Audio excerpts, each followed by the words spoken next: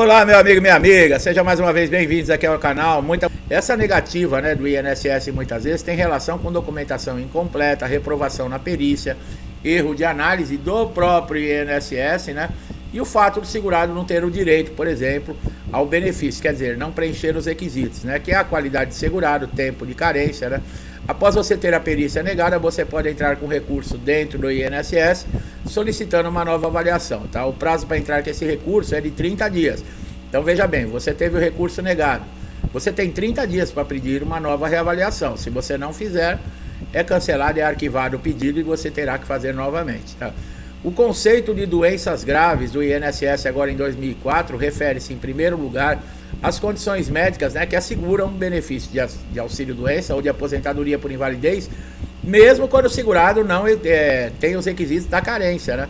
E é aquelas doenças, né, elencadas na lista oficial do INSS, que incluem, né, enfermidades que provocam incapacidade para o trabalho, temporariamente ou permanentemente, está exigindo assistência de maneira urgente devido à gravidade, né? É aquelas listas de doença, né, que nós falamos, que são oficializadas tanto no INSS como na Justiça e no Ministério Público, que tem conhecimento, né, no Ministério do Trabalho também. E essas doenças, quando o segurado é portador, elas não exigem carência. Agora veja bem, tem uma dúvida muito grande que nós sempre esclarecemos com relação à doença. São uma lista, acho que de 25 ou 27 doenças, né? Inclusive entrou mais 3 doenças agora, né? Que é a depressão, ansiedade e a tentativa de suicídio, né? As últimas tinham sido lúpus, esclerose múltipla e acho que epilepsia. Para vocês verem como é importante você saber dessa lista. Então procure aqui no canal, né, na página de vídeos, procure que você vai encontrar e você vai ter vídeo específico explicando. Então quando você tem uma dessas doenças, né, você não tem a necessidade de ter os 12 meses de contribuição. Mas elas também não garantem, por exemplo, auxílio-doença e aposentadoria por invalidez, né, pessoal? Por que isso, né? Na visão do INSS, não é a doença que dá direito ao benefício. Que dá direito ao benefício é a incapacidade que a doença causa, tá? Muitos segurados, né, não entendem. Então é sempre bom frisar. Ah, eu tenho a doença tal, eu tenho direito à aposentadoria? Depende. A doença te incapacita permanentemente, você não consegue andar, você não consegue trabalhar, você psicologicamente não tem mais condições nenhuma de sobreviver sozinho, né? Eu não sou médico para dar diagnósticos, né? Mas eu estou falando de maneira com a visão do INSS, tá? Com a experiência que eu tenho, né? E o tempo que eu tenho com o INSS me permite esclarecer isso para vocês, que é uma dúvida muito grande, né? Por exemplo, você tem tuberculose ativa, hanseníase, transtorno psiquiátrico severo, câncer, cegueira total, paralisia incapacitante, doenças cardíacas graves, mal de Parkinson, a espondioartrose anquilosante, nefropatia grave, estágio avançado da doença de Paget, AIDS, exposição à radiação, vocês vejam, né? Vou dar um exemplo com AIDS. Tem muita gente hoje que tem AIDS, toma coquetéis e continua levando uma vida normal. E aí?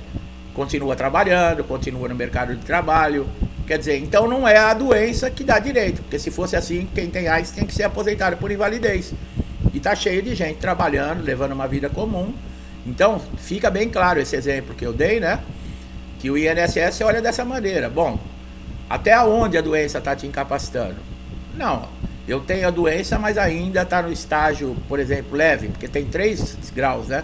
Que o INSS olha. É o leve, o médio e o grave.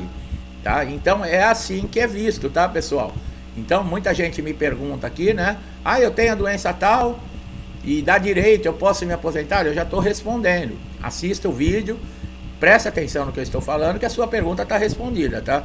Olha lá, ó. Mesmo na condição específica, né, que não esteja listada, também é possível ter direito ao benefício. Muitas doenças, né, elas também não estão listadas, né, nessa lista, mas elas também dão direito ao benefício. Agora, desde que ela tenha os critérios mencionados, né? Aí elas já não são mais, por exemplo, isentas de carência, né? Elas podem ser isentas de carência quando estão na lista, tá bom, pessoal? Se a origem do problema estiver relacionado ao trabalho, né, uma lesão ou um acidente, o segurado ele pode ter direito à indenização, tá? Essa indenização ela pode vir como benefício da Previdência Social E nos casos mais graves, né, de uma comprovação que foi, por exemplo, a empresa que deixou de fornecer um equipamento de segurança, a empresa te expunha a produtos químicos sem nenhuma segurança, te exigia uma carga horária acima do comum, algo grave que aconteceu dentro da empresa e te deixou incapacitado devido à negligência da empresa, você pode mover um processo contra a empresa separado do INSS, tá? Você seria aposentado por invalidez pelo INSS e poderia mover um processo. Agora, quando existe, por exemplo, um acidente ou uma doença, pode ser de qualquer natureza, tá? Pode ser tanto o auxílio previdenciário, que é aqueles acidentes e doenças que não estão relacionadas com o trabalho, ou o acidentário, que é relacionado ao trabalho. O que acontece? Muitas pessoas ficam, né, com uma sequela, né, que vai impedi-las de retornar e ter a mesma capacidade de antes, mas elas podem, inclusive, voltar para a mesma função, né? Só que não tem mais aquela mobilidade, não tem mais aquela força, não tem mais aquela capacidade de antes, porque ficou uma sequela. Essas pessoas têm direito a uma indenização no INSS, mas não em dinheiro, em benefício, é o benefício de auxílio acidente, tá? Esse benefício ele é concedido exatamente para isso, para essas pessoas que ficaram com sequela. Agora tem um grande problema que também nós já falamos em outros vídeos, né? O auxílio acidente geralmente ele vem na sequência do auxílio doença, quando é constatado, né, que o segurado ele está, por exemplo, apto para retornar ao trabalho, mas ele ficou com aquela limitação, ele não tem mais a capacidade que ele tinha antes. O perito, né, o certo que o perito deveria fazer é cessar o auxílio doença e já começar a pagar o auxílio acidente. Esse auxílio acidente a pessoa pode retornar ao trabalho e receber junto com o seu salário. Isso até a aposentadoria ou falecer, tá? Até a aposentadoria por quê? Porque ele não acumula, tá? Você não pode receber o auxílio acidente e a aposentadoria, né? Então o que acontece? O perito ele deveria, bom, a pessoa ficou com a sequela, não tem mais a capacidade que tinha, vamos conceder o auxílio acidente. O que os peritos fazem? Eles não fazem isso. Então você deixa de receber um bom dinheiro, você deixa de ter aí um suporte, né, que é esse auxílio acidente, que é considerado indenizatório. Para vocês terem uma ideia, ele é metade do valor que você recebia de auxílio doença. Então não é a coisa de brincadeira, tá, pessoal? Assista o nosso vídeo com relação ao auxílio acidente para você tirar todas as dúvidas, né? E o INSS também dá muito problema com questão de prazos, tá? Se houver descumprimento de prazo, né, previsto em acordo, o segurado a qualquer momento ele pode entrar na Justiça Federal, né? Ou com mandado de segurança, né? O mandado de segurança também nós já explicamos que é necessário você pagar honorários para um advogado, mas o INSS, nesses casos, né, o juiz vai pressionar e estabelecer multas diárias, né? O segurado não terá direito ao auxílio acidente se a doença ou lesão que provocou o pedido, né, só pode ser feito em casos de agravamento da condição. O que quer dizer isso? Bom, se você, por exemplo, começou a trabalhar, entrou no regime geral de previdência agora, mas você já tinha uma doença antes, né, ou uma lesão antes de você começar a contribuir com o INSS, você não pode entrar na empresa e pedir um benefício, né, para o INSS, porque você já estava lesionado antes. O que pode te dar direito, né, que vai ser feita uma avaliação, é no caso, se houver um agravamento, tá?